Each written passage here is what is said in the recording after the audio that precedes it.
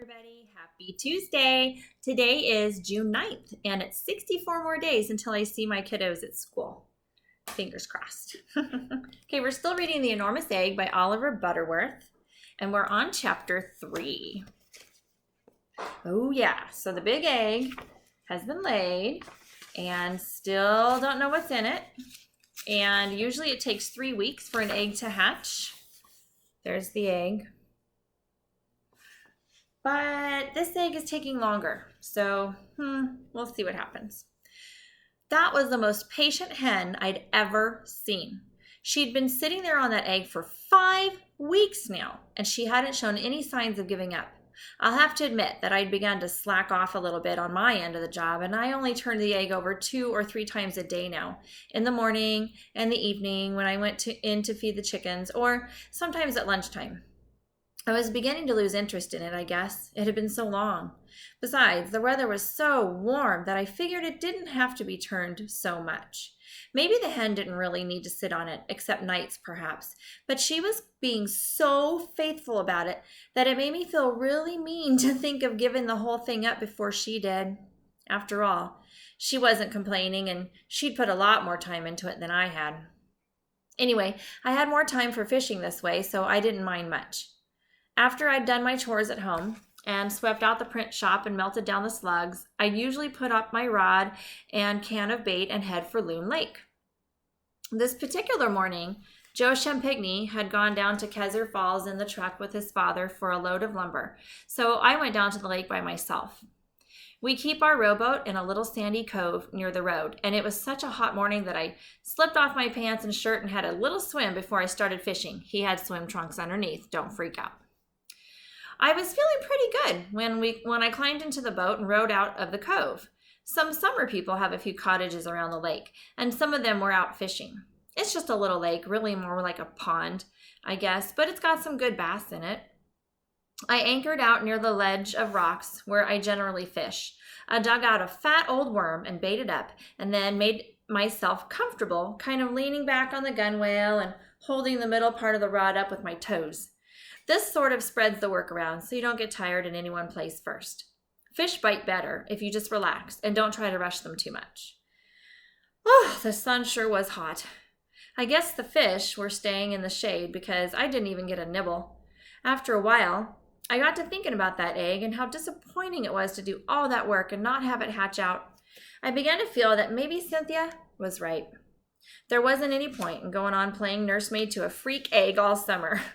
But still, 5 weeks isn't so awfully long for a big egg like that. Some duck eggs take 5 weeks. That's a lot of time to put into just one egg, of course, but I guess I'd gotten a kind of funny feeling about it. I just couldn't give up the idea that something really strange would come out of it if I just gave it time enough. Well, after giving it a lot of thought, I decided I would hold on for 1 more week. That would bring it to the end of July. If nothing happened by then, I'd be willing to give that egg up as a bad job. Just about as I decided that, I heard the clunk, clunk of oars bumping in the oarlocks, so I lifted up the brim of my cap and I looked out. Here was a little rowboat coming along towards me with a short, sort of round-shaped man in it. He was wearing a white shirt and a white hat, the kind that summer people wear. He stopped rowing about 50 feet off and swung his boat around so he could talk to me. "Any luck, Sonny?" he asked me. He had a round red face, and his glasses were kind of on the end of his nose, which was pretty short. I said, "Nope." "I suspect it's a better day for swimming than for fishing," he said. "Yep," I said. "Do you live around here?" I nodded. He didn't say anything for a while, so I said, "Up in town," just to help him out. He leaned back in his boat and rested his elbows on the gunwales. "You must know all the good fishing places then," he said, and he kind of chuckled, "but I have more sense than to ask you where they are." He picked up a brown paper bag from the bottom of the boat and opened it up. "I think I'll have my lunch," he said. "Did you bring anything to eat?" I shook my head. "Do you want a ham sandwich?" he said, and he held one out for me to see it. "I don't eat all this stuff. I'm too fat already." This is what he said, not. I told him I had to go home to lunch anyway. "Too bad," he said. "If you had your lunch with you, you wouldn't have to go all the way back home." Oh, it isn't very far, I said. Besides, I have to turn my egg over about this time. He was just about to take a bite of his sandwich, but he stopped with it halfway to his mouth. You have to what? Turn my egg over, I said. He looked at me kind of funny for a minute. Would you mind explaining that to me? He said. What do you mean, turn your egg over? Well, I guess it did sound a little bit odd when I stopped to think about it. I couldn't help laughing a little. Well, I said, you see, I've got this big egg that our hen laid back in June. It's a real whopper, and I've been hoping that it could hatch it out, or I could hatch it out, but I have to keep turning it over because it's too big for the hen to move.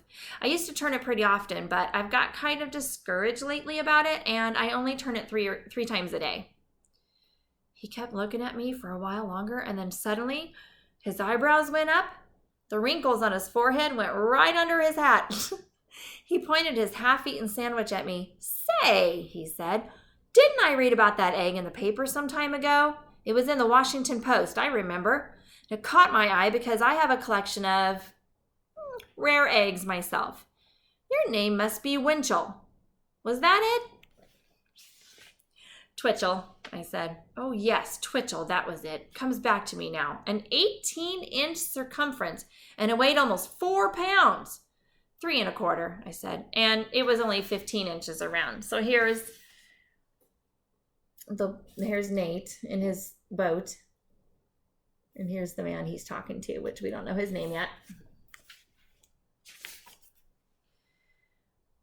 Oh yes, very likely, he said, pushing his boat over to mine. That's about the normal newspaper exaggeration. Now, let me say, what is your first name again? Nate, I said. Good. I'm Dr. Zemer, he said. All right, Nate. Now, when was this egg laid? Do you remember? It was June 16th. I found it in the morning when I carried Ezekiel out of the cellar. We keep him down there because he's too noisy for the neighbors. He's our old rooster. Oh, Dr. Zemer said. I thought for a minute that he was your grandfather. But I'm curious about this egg. What was its shape? Was it oval, like an ordinary hen's egg? You know, round at one end and kind of pointed at the other so it won't roll out of the nest? No, not very. It was more long and thin, kind of like a sausage, but much, much bigger, of course. I see, Dr. Zemer said. He picked up a sandwich wrapped in wax paper and handed it to me. Here, you eat this one. I can't digest my lunch properly when a hungry boy is looking at me that way. Go on, take it. Of course, should you take food from a stranger? Just clarifying. I didn't argue about it. I was hungry enough to eat the wax paper along with it. Dr. Zemer was chewing a mouthful of his sandwich, and it made his cheeks puff out each time he chewed, like this. And what about the shell, Nate? What was that like? Ooh, it was kind of leathery. Not just soft shelled the way a hen's egg is sometimes, but it was tough too. Like you could push it in a little bit with your finger. One of Dr. Zemer's eyebrows went up suddenly, but he didn't say anything. He just kept on chewing very slowly, as if he was working on cud or something, which is what, when cows are chewing. That's what he was doing. And he kept looking out across the lake. He did this for the longest time, and I thought he must have forgotten what we had been talking about. Leathery, you say? I nodded. It would be impossible. Ridiculous. Ridiculous idea. Nonsense, he said. Still. And then he turned around and he spoke to me. Look here, Nate. Would you mind taking me up to look at your egg? You see, I'm a sort of a collector in a way, and I like to look at curious specimens. Okay, I said. We rowed over to the shore and tied up the boats. When we got home, the family was eating, so I took Dr. Zemer out to the chicken yard. I lifted the hen off her nest, and she stood around craning her neck to see what was going on. Dr. Zemer bent over with his hands on his knees, looking really hard at the egg. He felt it very carefully with his finger, and then he picked it up very gently, and he studied it all over. He rocked it back and forth, and he even held it up to his ear for a while. Finally, he put it back in the nest, and he pushed the straw up over it, and then he stood up. He didn't say anything at all for a while, but just stood there, rubbing his chin and frowning down at the egg. It's impossible, he said. What is? I asked him. Oh, yes, look here, Nate. Are you sure you can take good care of this egg for a while longer? You don't think the hen's getting restless after all this time? The 16th of June it was laid, didn't you say? Let me see. He took a little calendar out of his pocket. That makes 5 weeks, day before yesterday. 6 weeks on the 28th. Nate, may I speak to your father about this? And here's a picture of Dr. Zemer checking out the egg, which you can see there looks definitely more like a sausage than the other picture we saw. I took him in and I introduced him to the family. Dr. Zemer bowed to my mother and Cynthia and shook Pop's hand. Very pleased to meet you, Mr. Winchell, he said. Twitchell, I reminded him. Oh, yes, Twitchell, of course. I'm so sorry. Mr. Twitchell, your boy has a very remarkable egg out there, and I think there's a chance it may hatch, possibly within a week. You do? Pop said.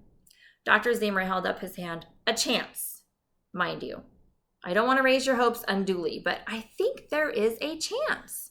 There isn't any danger it'll be disturbed. No dogs or anything like that. It's such an unusual egg. You see, it would be a pity to have anything happen to it. Pop smiled. Well, it's been there more than a month, and nothing has bothered it so far.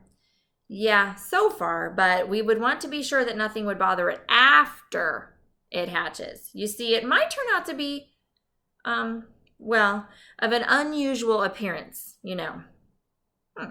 I see, Pop said. He gave Dr. Zemer a kind of funny look. All right, well, we might put some extra wire around the nest. That would make it safe. Good. And one more thing. Would you please call me if it hatches? I'm staying with McPherson's down at the lake. Just call me as soon as it hatches, no matter what time of day. Glad to, Dr. Zemer, Pop said. But have you any idea what it might turn out to be? It might turn out to be almost anything. I would hardly even dare guess. I wouldn't want to even suggest what I think it is. You would think I was crazy. But I might go along and let you finish your lunch. I'll be waiting to hear from you. Goodbye. We all stood at the door and watched him going down the road. When we were all sitting at the table again, Pop looked across at me and said, What do you suppose he meant by unusual appearance? Search me, I said. That's the end of our chapter. Ooh, I don't know. Do you think it's going to hatch? And if it does, what do you think's in it?